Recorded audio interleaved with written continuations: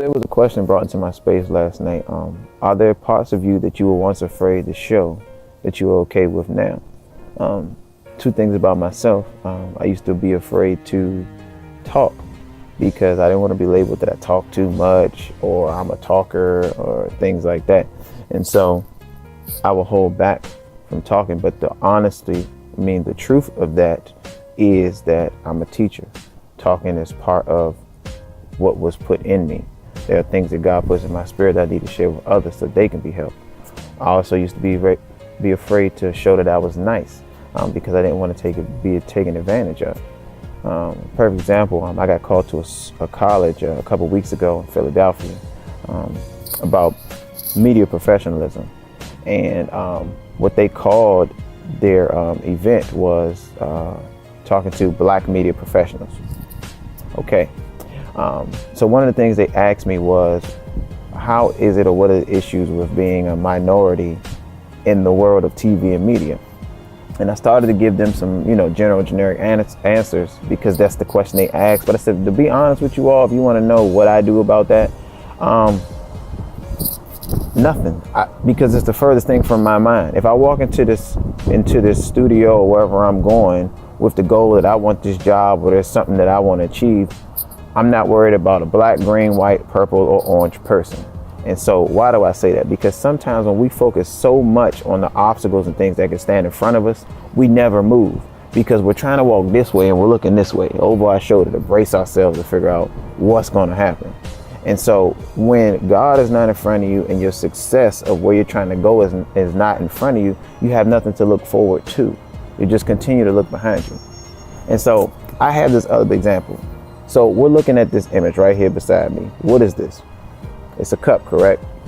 Okay. That is without a doubt a fact, a truth. We don't have to disagree about that. We don't have to argue about that. We know this is a cup. What can be the honesty from me? Well, honestly, I think this is an ugly cup. Honestly, I don't think this thing can hold much but just some water. But there's so many other things that this cup can possibly do. It can hold water. It can hold marbles. It can hold lead. It can hold soil and grow a plant. This cup represents you. Your authentic self is this fact of the matter of the cup that you see. The honesty comes from the people, their opinions. Well, I honestly think you should wait. Or, honestly, I don't think you should wear that. Well, I know you got a lot of stuff going on and you might be ready, but maybe you should hold off on taking that job or doing that thing because it's a little too risky. See, those are not truths. Those are people's opinions and what they think. And so the question to those people are not why, but what. What is God saying to you? Who does God say that you are? The Bible says you are not your own. You were bought at a price. God bought you, not those people, not your family, not your friends, not the comments that you get on Facebook, Instagram, and Twitter. You were made in his image. If you really think about that, there's much more you're capable of than what you really think you are if you were made in God's image.